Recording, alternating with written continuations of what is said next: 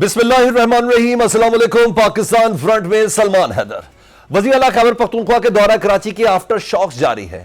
وزیر اطلاع سندھ شرجیل میمن نے وزیر اعلیٰ سہیل آفریدی اور پی ٹی آئی کو شدید تنقید کا نشانہ بنایا ہے۔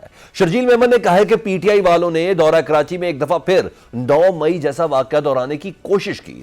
سندھ حکومت نے تحمل کا مظاہرہ کیا اور پرچہ نہیں کاٹا۔ ہماری شرافت کا ناجائز فائدہ اٹھایا گیا۔ شرجیل میمن نے کہا کہ پی ٹی آئی کا قومی دھارے میں رہ کر سیاست کرنے کا کوئی موڈ نظر نہیں آتا۔ رہی بات 8 فروری کی تو پہیہ جام نہیں کرنے دیں گے۔ شرجیل میمن نے پی ٹی آئی اور وزیر اعلیٰ خیبر پختونخوا کے رویے پر شکوہ کرتے ہوئے کہا کہ پی ٹی آئی نے سندھ حکومت سے کی گئی کمٹمنٹس کی خلاف ورزی کی۔ پی ٹی آئی کو جناح گراؤنڈ میں جلسے کی اجازت دی گئی تھی، تاہم پارٹی نے احترام کی لاج نہیں رکھی۔ پی ٹی آئی قیادت کے ذہن میں شرارت تھی اور وہ کچھ اور کرنا چاہتی تھی۔ شرجیل میمن نے کہا کہ جن جگہوں اور روٹ سے منع کیا گیا انہوں نے جان بوجھ کر وہی راستے اختیار کیے۔ جن علاقوں میں جانے کی اجازت نہیں تھی وہیں جانے کی کوشش کی گئی۔ پابندی کے باوجود مخصوص مقامات اور روٹس کا انتخاب کیا گیا، بعد میں شور مچا دیا۔ سوال یہ کہ آخر وہ کس مشن پر نکلے تھے؟ ناصر شاہ نے وزیر اعلیٰ کے پی کو آفر کی تھی کہ کسی چیز کی کمی ہے تو ہم دیں گے، اگر لوگ بھی چاہیں تو ہم دے دیں گے۔ شرجیل میمن نے قدم ٹی ٹی پی کی سہولت کاری پی ٹی آئی کی قیادت کو تنقید کا نشانہ بھی بنایا۔ شرجیل میمن نے کہا کہ پیپلز پارٹی کے دور میں گرفتار کیے گئے طالبان رہنماؤں کو پی ٹی آئی کے دور میں رہا کیا گیا۔ دوسری جانب گورنر خیبر پختونخوا فیصل کریم کرڈی نے وزیر اعلیٰ سہیل آفریدی کو مشورہ دیا ہے کہ افغانستان کی وکالت کی بجائے صوبے پر توجہ دیں۔ فیصل کریم کرڈی کہتے ہیں کہ پاکستان نے افغان حکومت کو دہشت گردی کے واضح ثبوت فراہم کیے ہیں۔ اس حوالے سے سہیل آفریدی کا بیان غیر منطقی اور مضحکہ خیز ہے۔ انہوں نے سوال اٹھایا کہ وزیر اعلیٰ بتائیں کہ افغانستان ملوث نہیں تو دہشت گردی میں کون ملوث ہے؟ وزیر اعلیٰ آئی جی سے بریفنگ لیں تو حقائق سامنے بھی آ جائیں گے۔ D G I S P R lieutenant general Ahmed Sharif Chaudhry نے کہا ہے کہ قومی بیانی کی تشکیل کے لیے قائم قومی پیغام امن کمیٹی کے اراکین سے ملاقات میں D G I S P R نے کہا کہ دشمن کی نفسیاتی جنگ کے مقابلے کے لیے عوامی شعور اور سچائی پر مبنی بیانیاں فیصلہ کن ہتھیار ہے۔ ملاقات میں قومی بیانی کے فروغ کے لیے مکمل تعاون کی یقین دہانی کرائی اور پاک افواج سے غیر متزلزل یکجہتی اور ریاست دشمن بیانیوں کے خلاف مشترکہ عزم کا اظہار کیا گیا۔ این پی اے سی اراکین نے کہا کہ فتنۃ الخوارج اور افغان طالبان کی مذمت کرتے ہیں، یہاں دہشت گردی کا کوئی جواز نہیں۔ دوسری جانب حکومتی اتحادیوں نون لیگ اور پیپلز پارٹی میں گزشتہ روز پیدا ہونے والے اختلافات وقتی ثابت ہوئے۔ اسلام آباد میں پارلیمانی پارٹی کے اجلاس کے بعد معاملہ طے پانے کا اعلان کیا۔ راجہ پرویز اشرف نے کہا کہ حکمران اتحاد میں مکمل یکجہتی کی فضا ہے، یہ یکجہتی پاکستان کے مفاد میں ہے۔ پیپلز پارٹی کا حکومتی اتحاد میں رہنا پاکستان کے مفاد میں ہے۔ پولیٹیکل پولرائزیشن کے موسم میں اچھی خبر ہے۔ اپوزیشن لیڈر کی تقرری کے معاملے پر حکومت، اس کے اتحادی اور اپوزیشن ایک پیج پر نظر آتے ہیں۔ محمود خان اچکزئی کی بلا مقابلہ اپوزیشن لیڈر بننے کی راہ ہموار ہو گئی ہے۔ محمود خان اچکزئی کے علاوہ کسی کے بطور اپوزیشن لیڈر کاغذات جمع بھی نہیں ہوئے۔ پی ٹی آئی کے حمایت یافتہ آزاد اراکین نے محمود خان اچکزئی کے کاغذات جمع کرائے۔ ذرائع کے مطابق اپوزیشن لیڈر کی تقرری کے لیے حکومت اور اپوزیشن میں اتفاق ہو گیا ہے۔ اپوزیشن لیڈر کے لیے جمع کروائے گی درخواست پر اراکین کے دستخط کی تصدیق کل ہوگی۔ اراکین کے دستخطوں کی تصدیق کے بعد نوٹیفیکیشن جاری کیا جائے گا۔ وزیر قانون اعظم نذیر تارڑ نے سیاسی جماعتوں کو پیغام دیا ہے کہ سب کو ظرف کے ساتھ بیٹھ کے نیشنل ڈائیلاگ کرنا چاہیے، جبکہ تحریک انصاف نئے میثاق جمہوریت کی تمام جمہوری قوتوں کو دعوت دے دی ہے۔ Chairman P T I barrister Gohar کے مطابق پارلیمانی پارٹی میں قرارداد پاس کی گئی، جس میں موقف اختیار کیا گیا کہ ملک اس وقت ایک نہایت نازک اور پیچیدہ سیاسی دور سے گزر رہا ہے۔ جمہوری قوتوں سے مطالبہ ہے کہ ایک نئے میثاق جمہوریت پر اتفاق کیا جائے۔ قرارداد میں یہ بھی مطالبہ کیا گیا کہ الیکشن کمیشن پاکستان کی ایسی تشکیل نو شامل ہو جس پر تمام فریقین کا اتفاق ہو، جبکہ شفاف، آزاد اور منصفانہ نئے انتخابات کا انعقاد یقینی بنایا جائے۔ وزیر اعظم شہباز شریف کئی بار اپوزیشن کو میثاق جمہوریت اور میثاق استحکام پاکستان کی دعوت دے چکے ہیں۔ اب پی ٹی آئی کی جانب سے میثاق جمہوریت کی بات خوش آئند ہے، لیکن آگے بڑھنے کے لیے دونوں کیمپس کو اعتماد سازی کے لیے اقدامات کرنا ہوں گے۔ یقینی طور پر محمود اچکزئی کی بطور اپوزیشن لیڈر تقرری نقطۂ آغاز ثابت ہو سکتی ہے۔ حکومت نے اگرچہ اس میں خاصی تاخیر کر دی ہے، لیکن پھر دیر آئے درست آئے۔ چلے ڈیڈ لاک کے خاتمے کا امکان تو پیدا ہوا، اب پی ٹی آئی کو بھی اعتماد سازی کے لیے اقدامات کی ضرورت ہے۔ بہتر ہوگا کہ اپوزیشن لیڈر کی تقرری کے بعد پی ٹی آئی مذاکرات کے لیے حکومت کا بڑا ہاتھ تھام لے، جس کا آغاز 8 فروری کے احتجاج کی کال واپس لے کر کیا جا سکتا ہے۔ لیکن حکومت کو بھی اپنے عمل سے ثابت کرنا ہوگا کہ مذاکرات وقت حاصل کرنے کا ذریعہ نہیں۔ ایسا ہو جاتا ہے کہ یہ سیاسی استحکام کے لیے نیک شگن ثابت ہوگا۔ لگتا تو یہ ہے کہ اپوزیشن لیڈر محمود خان اچکزئی صاحب نہ صرف نامزد ہونے جا رہے ہیں بلکہ ان کا نوٹیفیکیشن بھی اگلے 2 روز کے اندر جاری ہو جائے گا۔ اس کو سی بی ایم کے طور پر لیں یا کوئی اور وجہ، اس پر بات کر لیتے ہیں۔ مسلم لیگ نون کے رہنما ہیں حافظ میاں نعمان صاحب ممبر قومی اسمبلی. نعمان صاحب, اپوزیشن لیڈر کی تقرری کے لیے کاغذات اچکزئی صاحب کے لیے جمع ہوئے, آپ کو نہیں لگتا کہ اس میں غیر ضروری طوالت دی گئی ہے؟ زیادہ بہتر طریقے سے یہ پہلے مسئلہ ہو جانا چاہیے تھا. نہیں دیکھیں, یہ اسپیکر صاحب کا مسلسل ایک اپوزیشن کے ساتھ رابطہ موجود رہا ہے سارے حوالوں سے, اور کئی معاملات میں جو اسپیکر صاحب نے اس کو ہاؤس کے اندر ایکسپلین بھی کیا ہے کہ اس میں کچھ معاملہ سب جوڈیشس بھی تھا, اور پلس جو اپوزیشن کی ایک یکسوئی کا معاملہ بھی تھا. تو میرا خیال ہے کہ اب یہ مسئلہ حل ہو گیا ہے. جمعرات تک انشاءاللہ تعالی محمود خان اچکزئی صاحب جو ہیں ان کا نوٹیفیکیشن جاری ہو جائے گا, اور بڑی امید ہے کہ اس سے پارلیمنٹ کا جو ایک عمل ہے بڑا سموتھ ہو جائے گا. پارلیمنٹ اپنے اصل کام کی طرف مزید متوجہ ہو جائے گی, کیونکہ اپوزیشن کا ہم سمجھتے ہیں کہ ایک بڑا ہمیشہ ایک رول ہوتا ہے ڈیموکریٹک سسٹم کے اندر. اپوزیشن کی جو تنقید ہوتی ہے, مثبت تنقید کو سننا چاہیے, اور جو بھی تعمیری بات وہ کرتے ہیں اس حوالے سے حکومت جو ہے اس پر بڑی یکسو ہے کہ ہم نے اس پورے ہاؤس کو ساتھ لے کے چلنا ہے. اپوزیشن کی جو تجاویز ہوں گی ان کو بھی دیکھنا ہے, ان کو سننا ہے, اور جو قابل عمل تجاویز ہوتی ہیں ان پر عمل بھی ہونا چاہیے. تو اس حوالے سے میں سمجھتا ہوں کہ بہت ایک بڑا یہ دن آنے والا ہے یہ جمعرات کو, اور جمعے کو انشاءاللہ تعالی محمود خان اچکزئی صاحب جو ہیں جمعے کو 11 بجے صبح اجلاس طلب کر لیا گیا ہے. تو ہوپس کتنی ہائی ہیں نعمان صاحب, حافظ نعمان صاحب, ہوپس کتنی ہائی ہے؟ کیونکہ اس پہ بھی کوئی شک نہیں, اچکزئی صاحب نواز شریف صاحب کے دریرہ دوست بھی ہیں نا, تو مذاکرات کا مینڈیٹ پاکستان تحریک صاحب نے بھی محمود خان اچکزئی صاحب کو دیا ہوا ہے. آپ کو لگتا ہے کہ اپوزیشن لیڈر کے معاملے کے بعد مذاکرات کو لے کر بھی کوئی بریک تھرو ہوگا, ہو سکتا ہے, ہونا چاہیے؟ دیکھیں, اس میں معاملہ یہ ہے کہ محمود خان اچکزئی صاحب بلا شبہ بڑے سینئر پارلیمنٹیرین, بڑے موقر لیڈر ہیں, ان کی پورے ملک میں ایک رسپیکٹ ہے.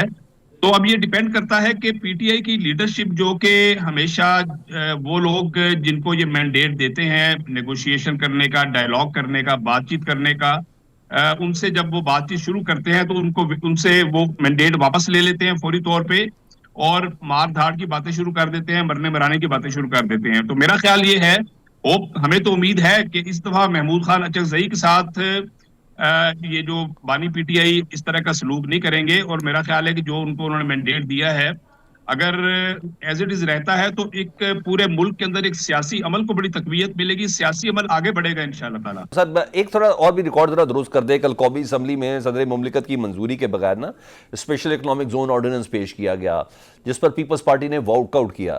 اب خود ممبر قومی اسمبلی ہے, بتائیے معاملہ کیا ہے, کیوں صدر کی منظوری کو ضروری نہیں سمجھا گیا, کیوں پیپلز پارٹی اس پر سخت نالاں تھی؟ نہیں, اس میں اصل میں کچھ غلط فہمی میرے خیال کریٹ ہوئی ہے, کیونکہ یہ سارا ایک اپنا میل کے تھرو میل جاتی ہے پارلیمنٹ ہاؤس سے پریزیڈنٹ ہاؤس میں, اور میل کے تھرو ہی جواب آتا ہے. تو جب میلز کا جواب آ گیا تو ایک اس کو انڈرسٹوڈ سمجھا گیا کہ یہ پریزیڈنٹ صاحب کی اپروول آ گئی ہے, لیکن جب ڈاکومنٹ واپس آئے تو اس کے اوپر پریزیڈنٹ صاحب کے سائن نہیں موجود تھے. تو وہ ایک غلط فہمی کے نتیجے میں پاکستان پیپلز پارٹی کے ساتھ پھر کل میری موجودگی میں نیگوشیشنز ہوئی ہیں, بات چیت ہوئی, بڑا جنرسلی انہوں نے اس بات کو اکنالج کیا. آج بھی راجہ پرویز اشرف صاحب نے, نوید قمر صاحب نے, اور سارے پیپل پارٹی کے جتنے بھی ہمارے آنریبل ممبران اسمبلی سے آج ہماری ملاقات ہوئی ہے. آج وہ بھرپور انہوں نے اجلاس کے اندر بھی شرکت کی ہے, اور اس کے بعد بھی آنے والی سب سیکوینٹ جتنے بھی اجلاس ہو رہے ہیں, جوائنٹ سیشن بھی آنے والا ہے, اس کے اندر بھی وہ شریک ہوں گے انشاءاللہ تعالیٰ. تو میرا خیال ہے کہ وہ ایک چھوٹی سی غلط فہمی ہو گئی تھی, الحمدللہ اس کا مداوع ہو گیا ہے. جی ٹھیک, وہ یہ غلط فہمیاں ہی ہیں, کئی بہت بڑی جڑ بھی پکڑ جاتی ہو پاکستان میں. تو مجھے ایسا ہی لگ رہا ہے کہ اب تک ہم غلط فہمیوں کے زمرے میں کچھ بہت ہی بڑا کچھ ایسا کر جاتے ہیں. بہرحال ان چیزوں کو کلیئر کرنا بہت ضروری ہے. اس پر بات کر لیتے ہیں. ممبر قومی اسمبلی ہے, پیپلز پارٹی کے رہنما ہیں سحر کامران صاحبہ. سحر کامران صاحبہ, کل قومی اسمبلی میں صدر مملکت کی منظوری کے بغیر ایک اسپیشل اکنامک زون آرڈیننس پیش کیا گیا تھا, جس پر پیپلز پارٹی نے واک آؤٹ کیا. لیکن آج سب صحیح ہو گیا. راجہ پرویز اشرف صاحب نے کہا کہ حکمران اتحاد میں مکمل یکجہتی کی فضا ہے, یہ یکجہتی پاکستان کے مفاد میں ہے. یہ معاملہ کیا تھا, ذرا یہ بتا دیں. کیا پیپلز پارٹی کو صرف یہ شکوہ تھا کہ دستخط نہیں ہے, یا کوئی اور اعتراض بھی ہے؟ دیکھیں, کوئی بھی آرڈیننس اگر صدر مملکت کی دستخط کے بغیر جاری ہوتا ہے تو وہ تو غیر آئینی ہے. اب آپ جہاں آئین کی بات ہو, قانون کی بات ہو, جمہوریت کی بات ہو, پاکستان پیپلز پارٹی کا ایک واضح موقف ہے, اور پاکستان پیپلز پارٹی نشاندہی بھی کرتی ہے, جہاں ضرورت ہوتی ہے احتجاج بھی کرتی ہے. اور میں تو صحیح بات ہے یہ سمجھنے سے قاصر ہوں, یہ کون سی غلطی تھی کہ ایک ذمہ دار آفس وزیر اعظم ہاؤس کا ہوگا، ایک پارلیمنٹ کا ہوگا، اسپیکر کا ہوگا، وزارت قانون کا ہوگا.